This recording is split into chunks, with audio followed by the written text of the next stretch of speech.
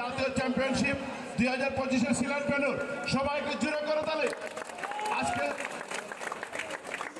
এইমাত্র সিলেট জেলা স্টেডিয়ামে আনুষ্ঠানিকভাবে শুভ উদ্বোধন হলো।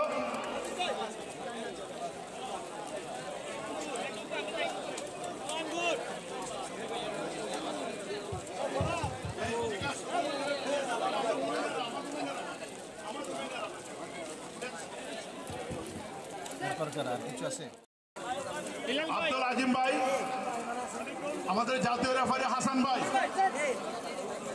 হাসান ভাই আসেন না,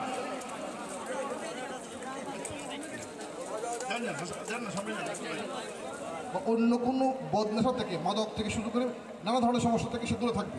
আজকাল একটা বড় সমস্যা হচ্ছে আমরা সবাই অনলাইনে এঙ্গেজ থাকি, কিন্তু শারীরিক যে প্রক্রিয়া যেটা খেলাধুলা, এখানে মাঠও নাই, নানা কারণে আমরা এঙ্গেজ হতে পারি না। সুতরাং আমরা মনে করি যে এটা করা দরকার।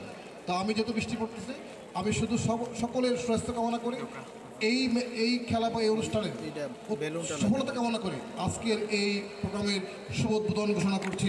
ধন্যবাদ। আখ্যায়িত করা হয়েছে যিনি ছাত্র জনতার গণ অভ্যুত্থানে 4 আগস্ট 2024 তারিখে ফার্ম গেটে